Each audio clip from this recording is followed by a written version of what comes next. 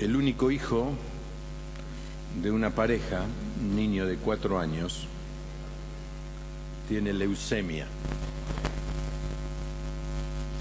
El doctor le da menos de 6 meses de vida. Los padres y todos los miembros de la iglesia han orado sin cesar día tras día. Sin embargo, cada vez está peor. Finalmente, el niño muere. El sueño de una familia muere con él. Un joven cristiano desea ser misionero en algún lugar del mundo. Está seguro que es la voluntad de Dios. Hace un gran sacrificio para prepararse y cuando ya casi está preparado, cae en una enfermedad que requiere de atención constante. Sus sueños de ser misionero se mueren al saber que va a necesitar estar cerca del cuidado médico.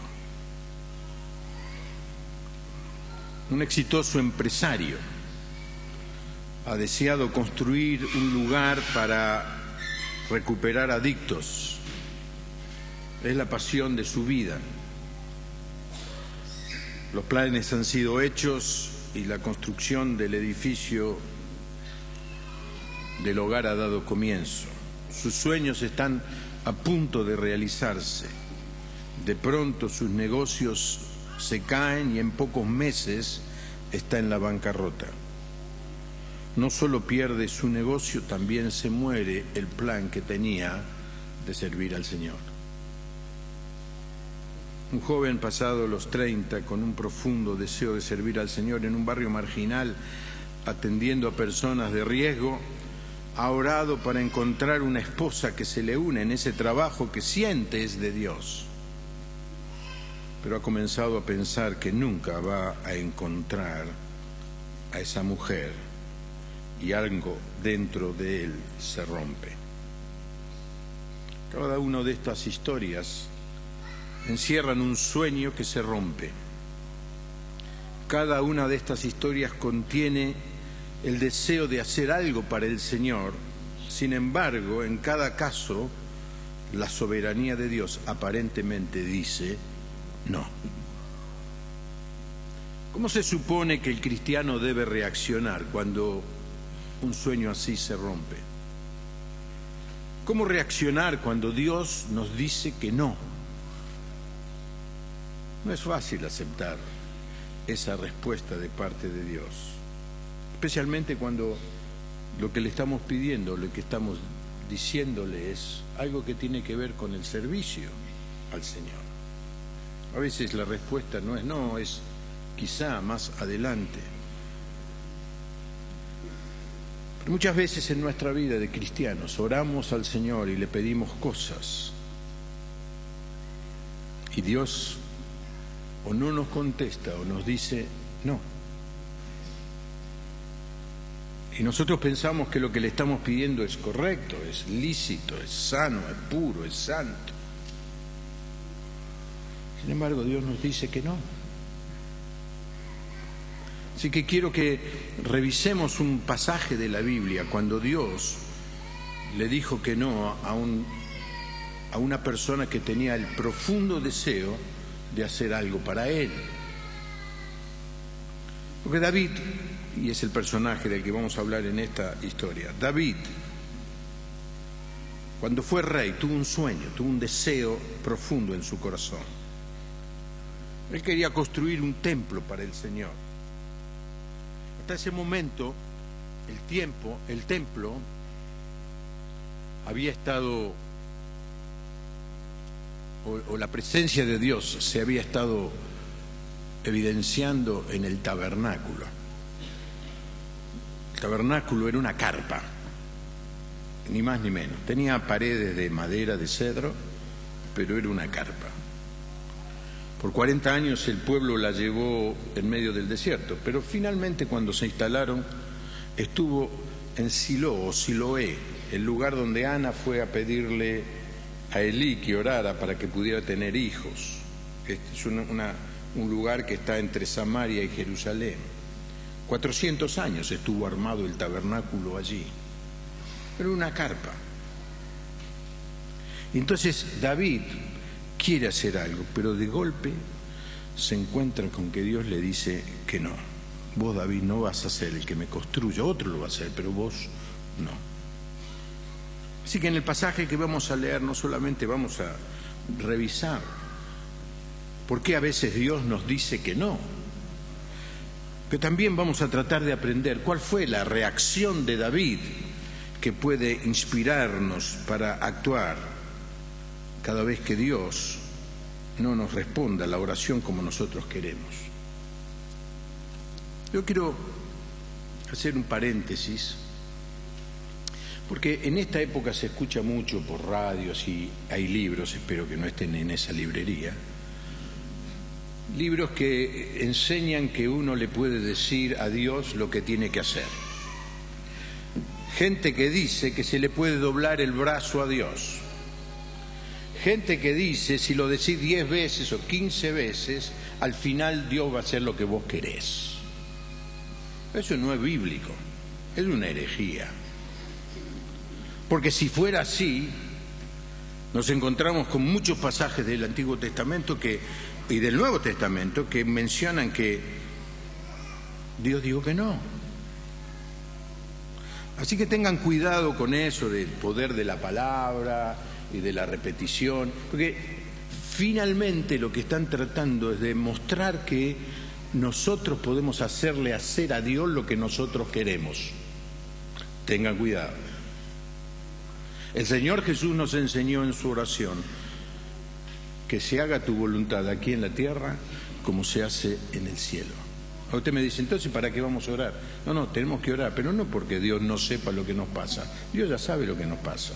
Dios ya sabe lo que necesitamos. Oramos por nosotros. Oramos para sintonizar, ponernos de acuerdo con nosotros. Hay un momento cumbre en la teología que es el cambio. Se puede estudiar el Antiguo Testamento más o menos en 3 periodos, que son las 14 generaciones que aparecen en la genealogía de Mateo. Me estoy yendo por la rama. Es desde Abraham hasta David, de David hasta Daniel, y de Daniel hasta la construcción del segundo templo. En esta última etapa nos encontramos con los 3 mozos hebreos que están allí frente a Nabucodonosor y le dicen: nosotros no nos vamos a inclinar, porque nosotros sabemos que Dios nos puede librar, pero si Dios no nos libra, momento, existe la posibilidad que a veces Dios no conteste nuestras oraciones. Y es lo que estamos hablando en esta noche.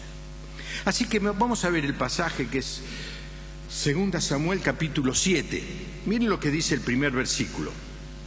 Tiempo después, cuando ya el rey David habitaba en su palacio y el Señor le había hecho descansar de los enemigos que lo rodeaban. Déjeme decirle, David estuvo perseguido por el rey que lo precedió, que se llamaba Saúl, pero mal, perseguido mal, muchos años corriendo, escondiéndose, viviendo en medio del desierto, metiéndose en las cuevas, en la montaña, haciéndose pasar por loco entre los filisteos.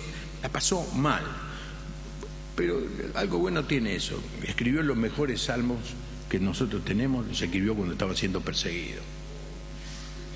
Pero ya pasó eso, y en un momento dado él conquistó lo que hoy se conoce como Jerusalén. Conquistó ese lugar y se construyó un palacio. Y estaba en el palacio en un momento de tranquilidad, en un momento que le iba bien. El conflicto con la familia de Saúl, el rey anterior, había terminado. El reino estaba unido bajo su gobierno, las naciones enemigas habían sido puestas bien en la frontera, había seguridad, había tranquilidad, y es un pecado que David comete previo al... pecado. Esta es una historia que sucede antes del pecado con Betsabé.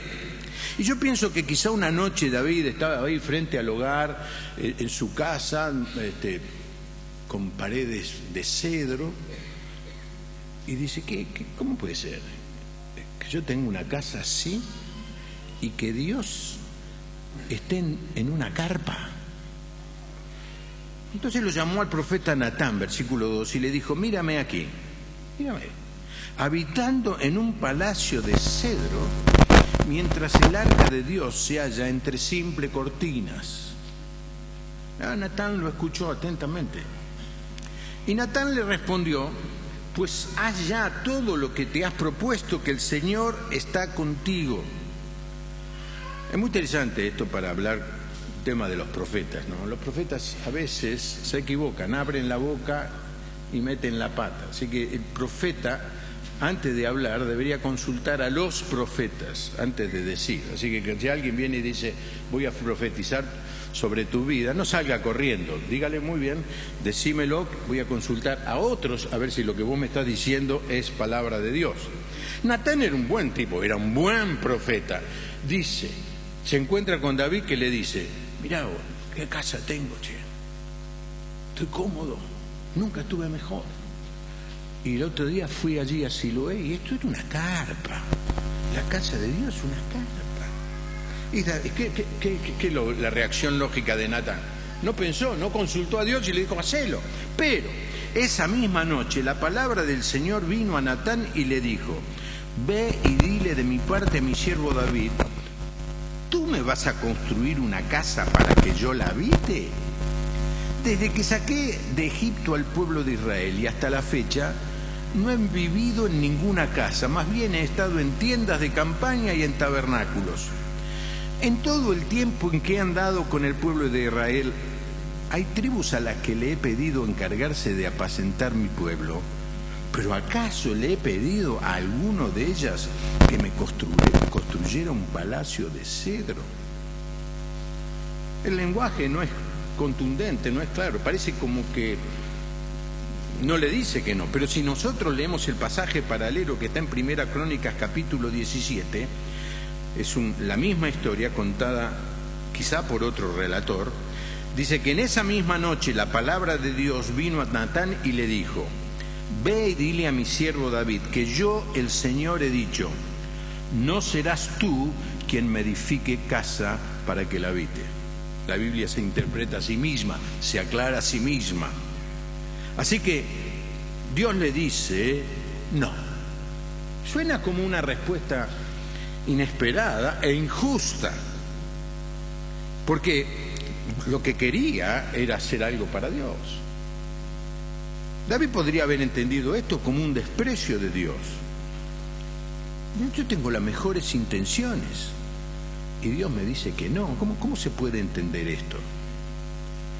David estaba muy agradecido por todo lo que Dios había hecho, lo había sacado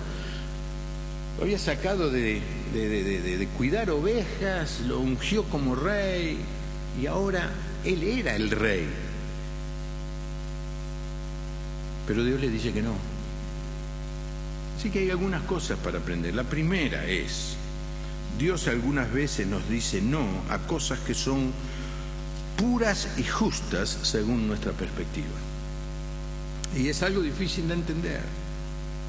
¿Por qué Dios rechaza una buena intención? ¿Por qué Dios nos tiene que decir o nos dice, no sos vos el que tiene que hacer esta tarea, no sos vos el que tiene que hacer este proyecto? No voy a contestar la oración que me estás pidiendo. Y Dios dice, ¿por qué? Si lo que le estoy pidiendo, lo que estoy tratando de hacer es bueno. Y esta pregunta nos lleva a una segunda lección. Dios no siempre nos explica por qué nos dice que no. Y es este caso, no le explica a David por qué le rechazó. Más tarde, bastante más tarde, muchos años más tarde, aparece una explicación por qué Dios no quiso que David le construyera la casa, el templo. La razón es porque David había sido un hombre de batalla, había sido un guerrero, había matado mucha gente, más de lo que ustedes se pueden imaginar. Y Dios dice, tiene las manos con sangre, no quiero que alguien así me construya la casa. Pero no era el caso, en este momento Dios no le dice eso. Muchas veces no entendemos por qué Dios nos dice que no, porque Dios no nos contesta algunas oraciones. Cuando uno visita la Catedral de Notre Dame, una de las cosas más hermosas que uno puede ver allí son dos vitrós redondos que se llaman las rosetas.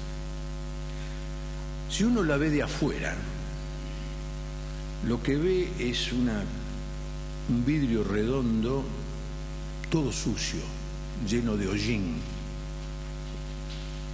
lleno del smog de la ciudad. Pero si uno entra y ve esa creación del hombre maravillosa y la ve con la luz que entra de afuera, uno puede percibir los colores, la hermosura. Y esto pasa muchas veces. Nosotros como seres humanos vemos todo desde una perspectiva que no es la de Dios. Entonces a veces no entendemos por qué Dios hace y permite ciertas cosas, porque Dios tiene otra perspectiva. Y muchas veces Dios nos tiene que decir que no. ¿Y qué es lo que pasó? Dios le dice a Natán que le dé un mensaje a David, versículo 8, dile también de mi parte, yo el Señor de los ejércitos te saqué del redil y te quité de andar tras las ovejas para ponerte a gobernar a mi pueblo Israel. Es verdad, cuando Samuel fue a ungir,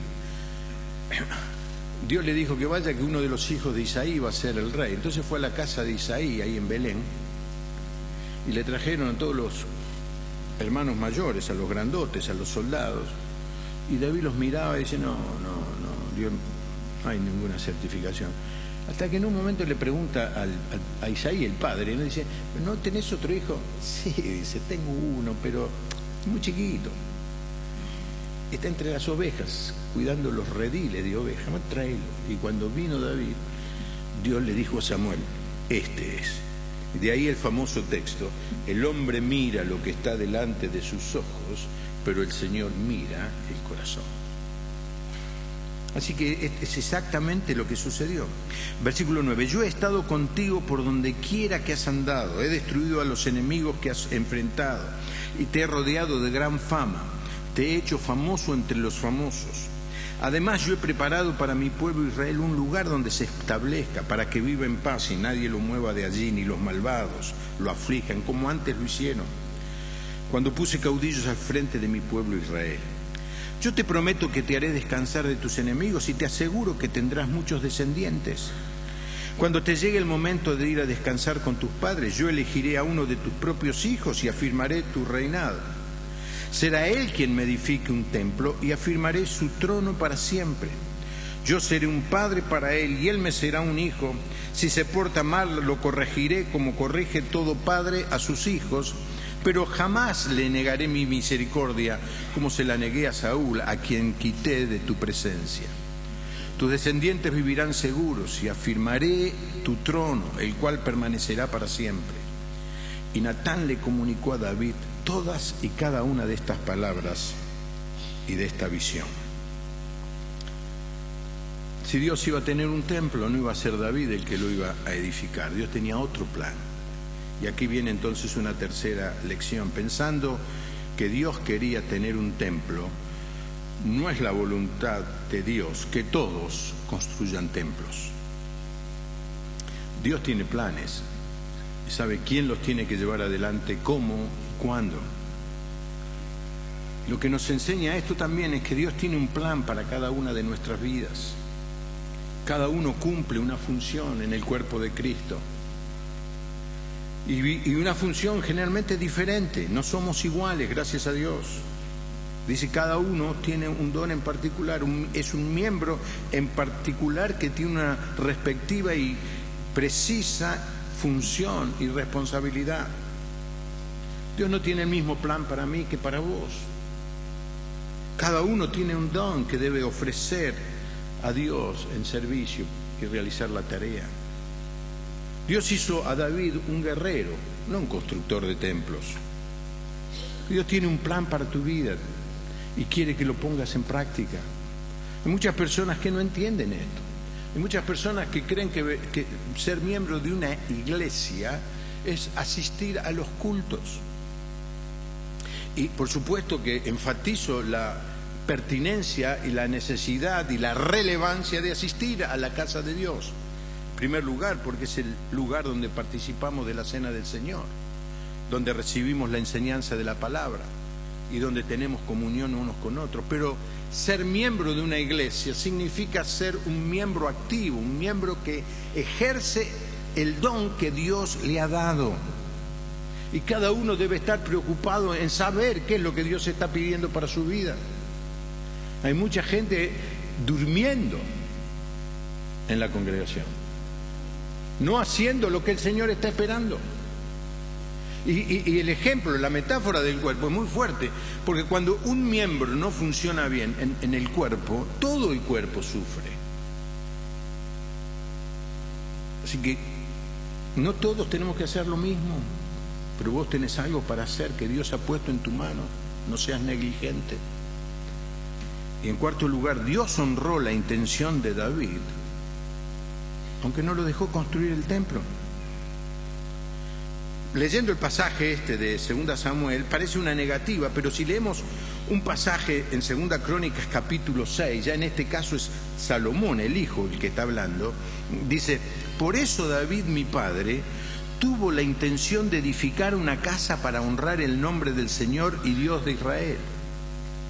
Pero el Señor le dijo a David mi padre: en cuanto a tu intención de edificar una casa para honrar mi nombre, me parece bien que lo hayas puesto en tu corazón. Así es, Dios honró el deseo de David, pero dijo no.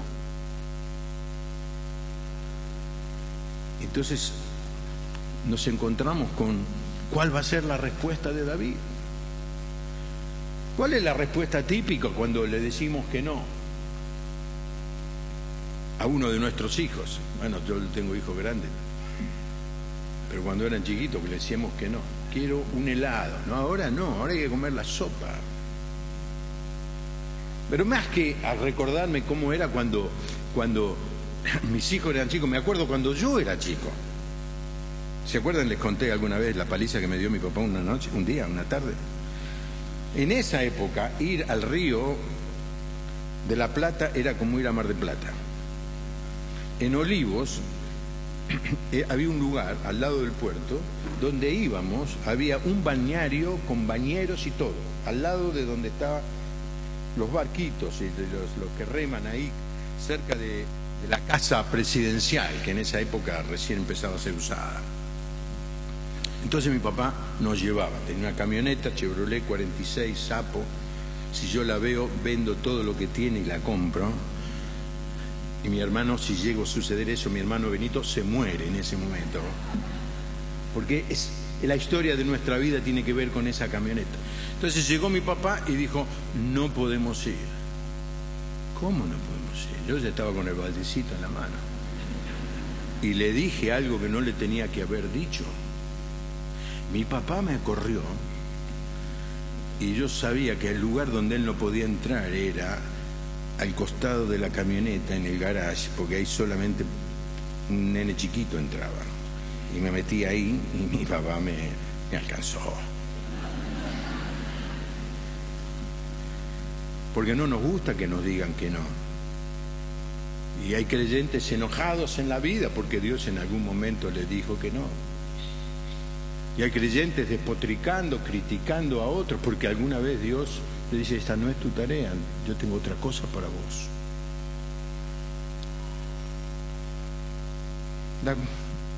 La realidad es que muchas veces ante el no de Dios nos desalentamos, nos enojamos, nos desilusionamos y decimos: intenté servir al Señor con lo mejor de mí mismo y mire lo que pasa. No sigo más, no intento más, ya está. David no lo entendió así. Entendió que Dios es soberano. Miren, 6 cosas. En primer lugar, El primer movimiento fue ir hacia el Señor, no el alejarse de Él. Mira lo que dice versículo 18. Entonces el rey David fue y se presentó ante el Señor. La mayoría de nosotros, cuando Dios nos dice que no, refunfuñando, lo último que hacemos es ir al Señor. Nos vamos, nos alejamos del Señor. David dice, por algo me lo está diciendo, y fue al Señor. Yo he visto en el transcurso de mi vida cristiano y de pastor mucha gente que se aleja de la fe cuando recibe una respuesta inesperada de Dios. Dice el Proverbio 3, 5 y 6, confía en el Señor de todo tu corazón y no te apoyes en tu propia prudencia. Reconócelo en todos tus caminos y Él enderezará tus sendas o tus veredas. Confía en el Señor. Te dijo que no sabes bien dónde tenés que ir, no importa, confía en el Señor. Decir, pues yo pienso, no te apoyes en tu sabiduría, no te apoyes en tu experiencia, no te apoyes en tu propia prudencia. Es mejor reconocerlo en todos sus caminos y Él se va a encargar de marcarte el camino por el que tenés que andar. Y es lo que hizo David. En segundo lugar, David reconoció el derecho soberano de Dios para decidir qué era lo mejor para él.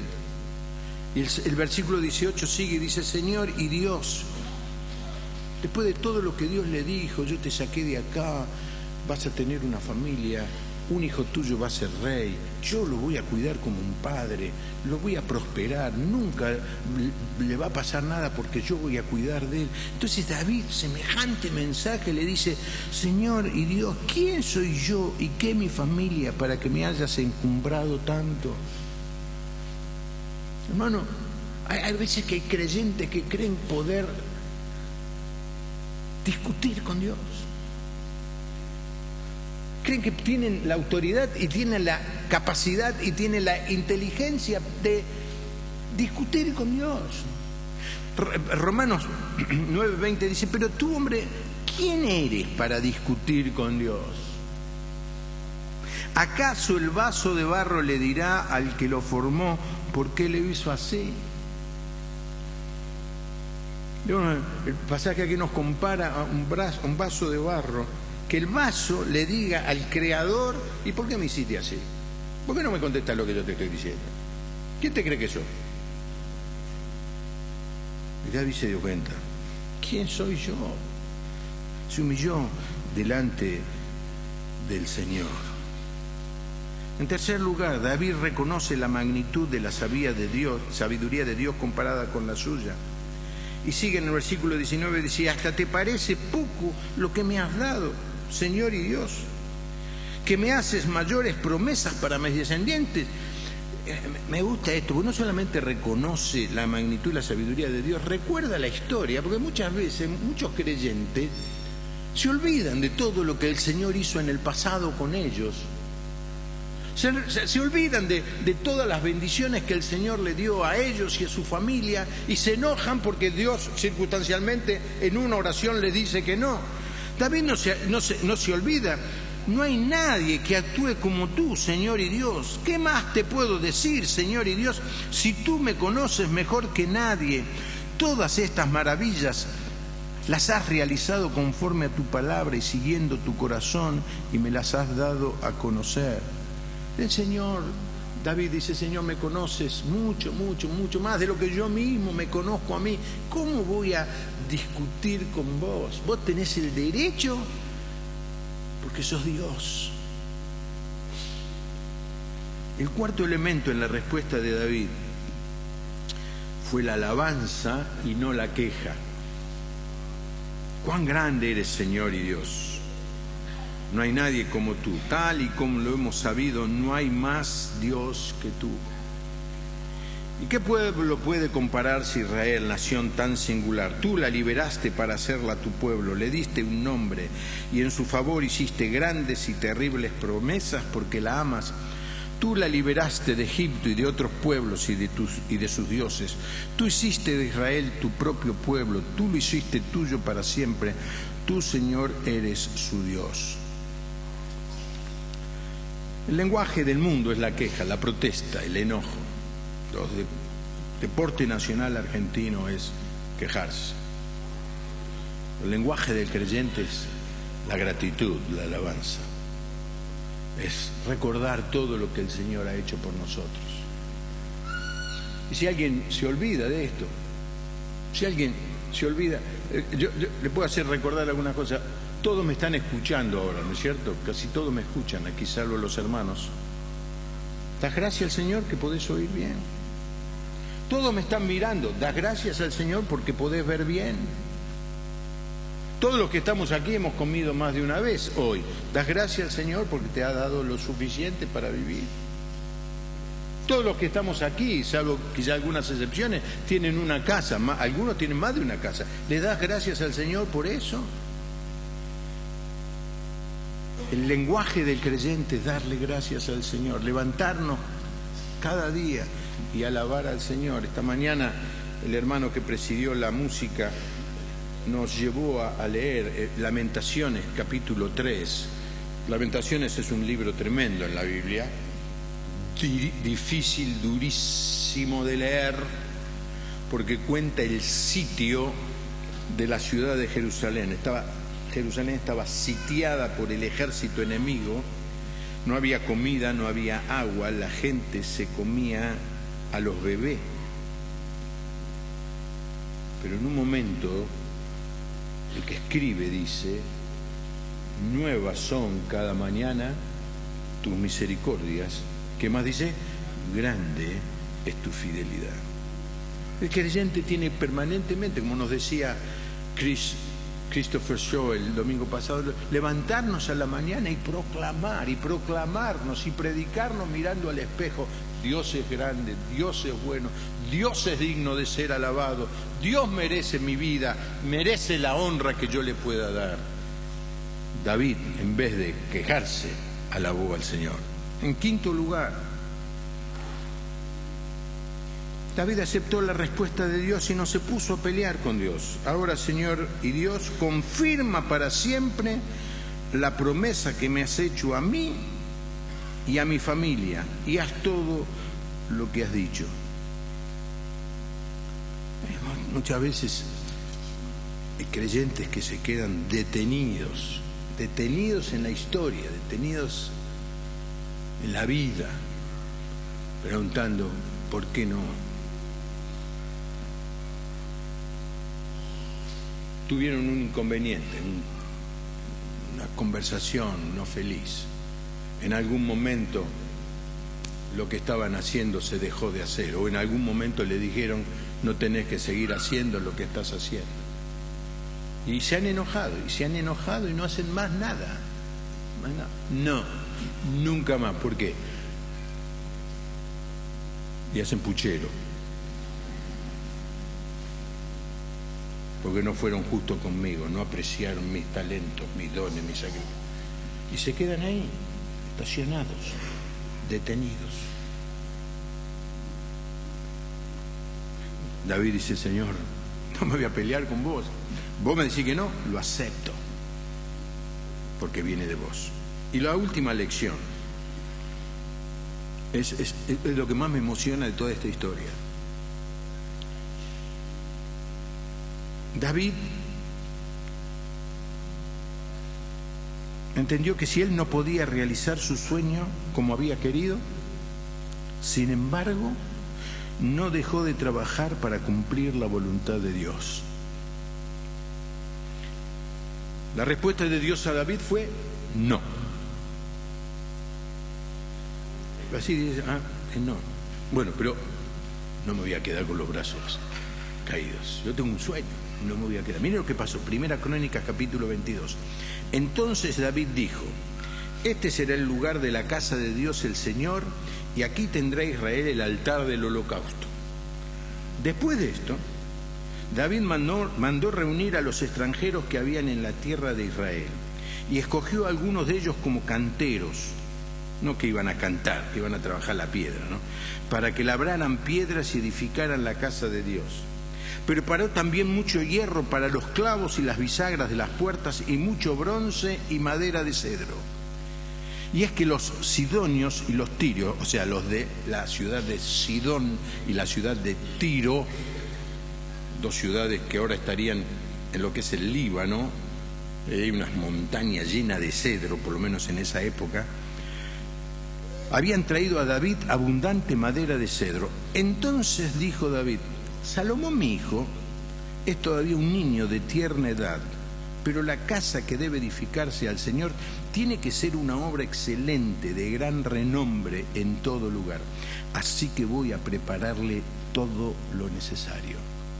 Y antes de su muerte, David hizo abundantes preparativos. Así que la respuesta de David al hecho que no podía él construir el templo no fue enojarse, no fue pelearse, no fue quejarse. Igual algo voy a hacer. Y le empezó a juntar materiales al hijo. Como algunas madres que la nena nace y ya le empiezan a hacer el ajuar. Es verdad, le empiezan a hacer el ajuar. La nena todavía no camina y ya tiene manteles y para el día que se case. No aquí en la Argentina no. Pero en otras partes del mundo es así.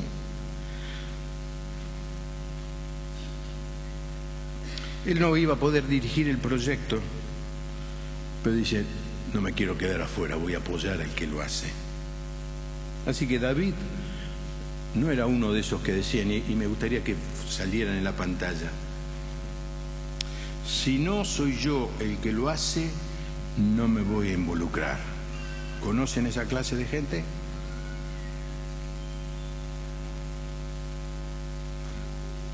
No soy yo, no me llamaron a mí. Que se joroben, que lo hagan ellos.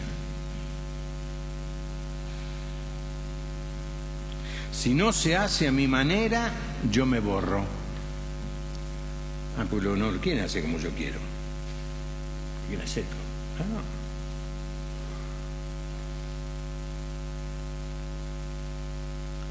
Para que la gloria se la lleve otro. Andan preocupados de ser mencionados y de figurar en el epígrafe de la carta. Si no podés hacerlo, ayuda a otro que lo haga. Si no podés ir, ayuda a otro para que vaya. Si no es ese tu don, alentá al que tiene el don. Si no podés iniciar un ministerio, hacete socio de alguien que sí pueda. Que tu respuesta al no de Dios no sea alejarte, sino acercarte a Dios y decirle: Señor, no entiendo por qué, pero aquí estoy. No me quiero borrar, no me quiero ir. No importa si la gloria se la lleva a otro.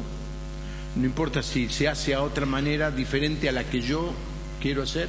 Me acuerdo de un hermano que una vez se enojó porque iban a hacer el asado y él quería que hacer el asado de una cierta manera y no había los elementos para hacerle. Estoy hablando de varios años atrás, nadie piense quién era. Y no vino. Le dije: ¿por qué no viniste? No, porque yo quería que el asado se hiciera así y lo hicieron de otra manera. No había mucha diferencia entre una y otra, pero es caprichoso.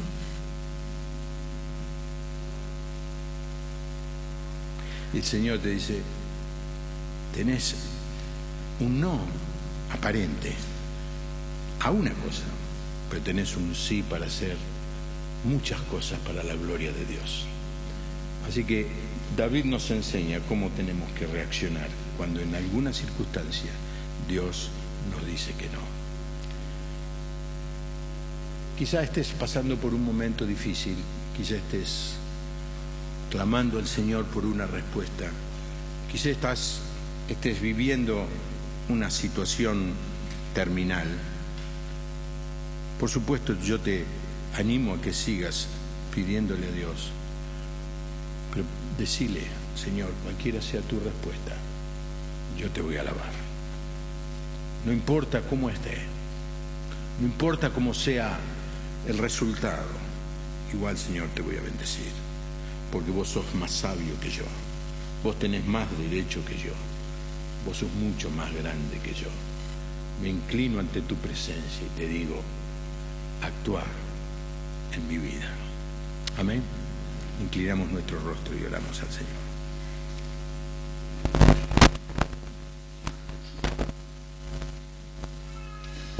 Si alguien de los que está aquí ha sentido en este tiempo el no de Dios, pídale al Señor ahora, no que cambie la respuesta, Dios no la va a cambiar, pero pídale al Señor que le ayude a ver la realidad, la circunstancia desde la perspectiva de Dios.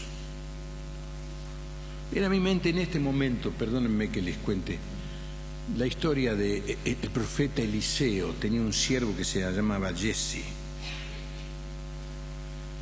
y la ciudad estaba rodeada de enemigos.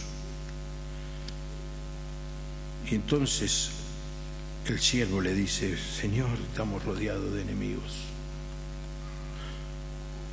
Y Eliseo, el profeta, le dice: Señor, abrile los ojos para que pueda ver desde tu perspectiva.